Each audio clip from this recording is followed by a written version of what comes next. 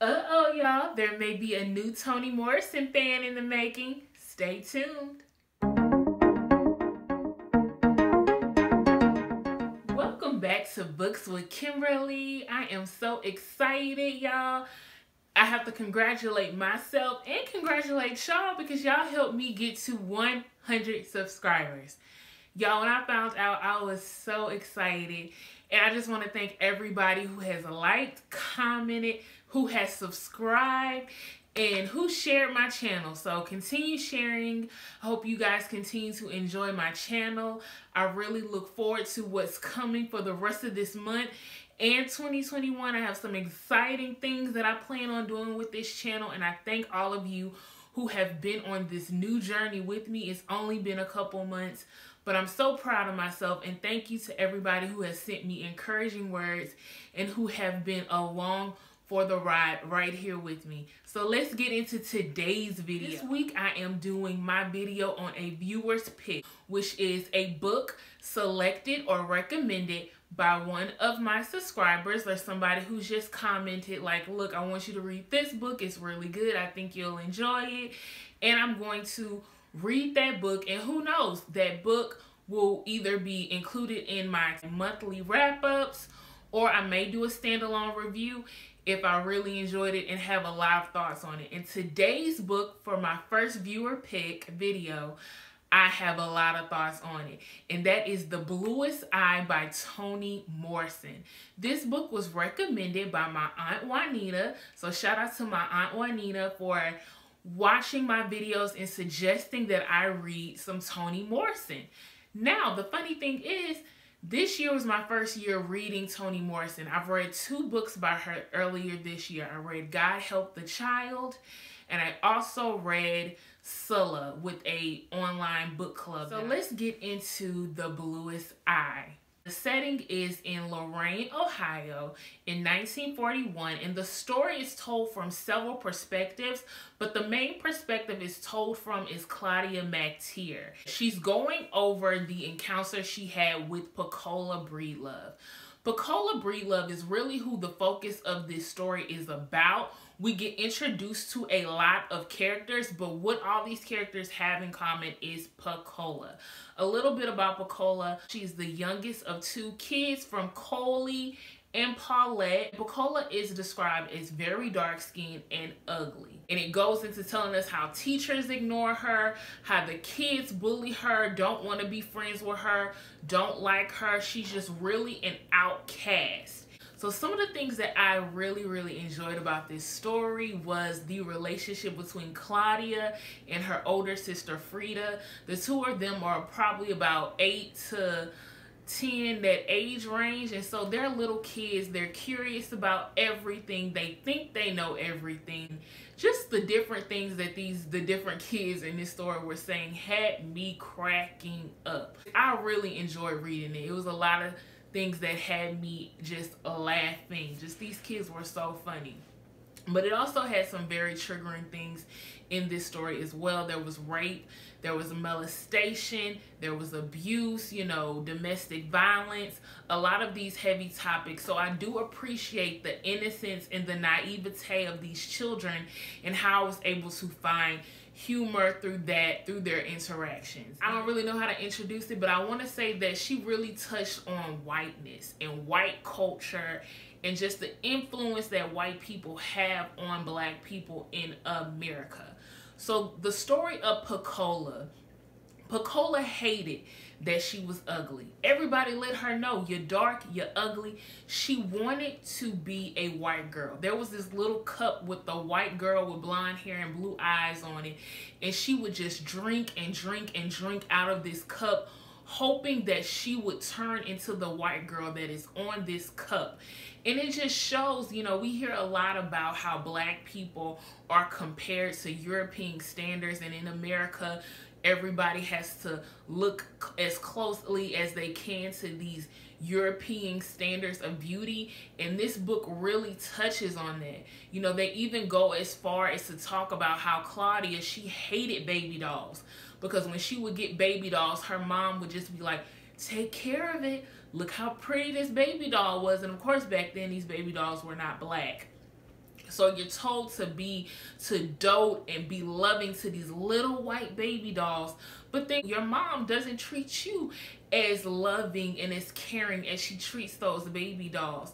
And so it's so interesting how Claudia just turned that hate on towards white dolls and towards who these white dolls represent, which is little white girls. And she says, I had a hatred towards white girls because of how adults would dote over them but wouldn't dote over me. And another way that this was interpreted through this book was the introduction of Maureen, who Maureen was a mixed girl, mixed with white and black, and she had long hair that she kept in braids down her back. She had green eyes, really pretty. The teachers loved her. All the kids wanted to be friends with her, very popular. The parents would see her and just dote over her. And so that's another example of how much whiteness affected the black people during this time, and especially in this story. You have Claudia being rejected and Maureen getting all this praise, and Bacola being so disregarded because of her blackness and because she's deemed as ugly. And so this whiteness, y'all, it just showed throughout the story how it affects these black people. And even today, we're still being compared to whiteness, whether it comes to our hair textures, our skin color. Colorism is so deep in the black community. So another thing I want to talk about is a phrase that towards the end of the book, this was a sentence that really stuck out to me. Love is never any better than the lover. Meaning, if the person who loves you is violent, then that love will be violent. If that person is evil, then that love will be evil. So Coley, he loved in a very violent, in a very tumultuous way. His love came off as very abusive and violent because that was the way he loved. And speaking of Coley, the character Coley, he really exemplifies a lot of the generational scars that a lot of us as black people hold. And what I'm speaking on is this character Coley, he had a love-hate relationship with women. He loved women, he loved their beauty, he loved their innocence. Keyword, he loved their innocence. But he also hated that during times where he needed to protect black women, he couldn't. And so because he could not protect those black women at that moment, instead of taking it out on the system, white people, white men who have taken power away from black men, instead of taking it out on himself for what he was incompetent and could not do, he took it out on black women. There was a passage in this book where she talks about how the black housekeepers, they would have to clean up the blood of the white men who lived in these homes. And then they would go home and have to take the abuse from their victim. And it's a cycle. White men, they hurt, punish black men take it out on black women, and then the black women are so hurt and torn down by black men that it results in their household being a lack of love, a lack of care. And then of course there's this whole admiration, again it's full circle, this whole admiration for whiteness and what looks pure. I did mention that there was rape, there was molestation, there was bullying. So I just want to say again, we need to protect black girls, protect black women. I know women everywhere needs to be protected, but because this story is about black women, I am a black woman, I just want to say we got to continue to protect black women, black girls. And we have to protect them and show them love. And not love in a violent way, love in an abusive way, but the purest form of love, which is love is patient, love is kind. This book was so good. I really enjoyed it. I almost want to give it a 5-star, but what is keeping me from giving it 5 stars, and I give it a 4.375 stars, which it doesn't round up to a 5, but it's higher than a 4. The reason I give it this rating is because there were a lot of moments within this book where I thought it would be on my DNF list, which is did not finish. And what really kept me wanting to finish it is because I wanted to do this video for my Aunt Juanita, and that's what really kept me reading it. And I'm glad that I did, because it all came full circle, and it's been such a beautiful educational and learning moment for me, which is why I want to give it a 5. But I can't ignore that there were several times in this book where I was just kind of bored by what was going on and wanting to put it down. But there were so many good moments in this book, and I recommend that all of you read it. And y'all, I think I may be on the road to being a Toni Morrison fan. So in 2021, I do plan on reading more Toni Morrison, and maybe I'll even tackle Beloved, which has been like a book that I've been afraid of because of that movie.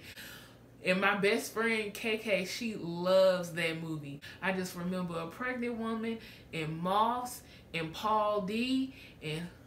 But you know what? Maybe the book will be very educational, and I'll be just as excited to talk to y'all about it as I was the Bluest Eye. Thank you again for watching another Books with Kimberly review. Do not forget to like, comment, and subscribe.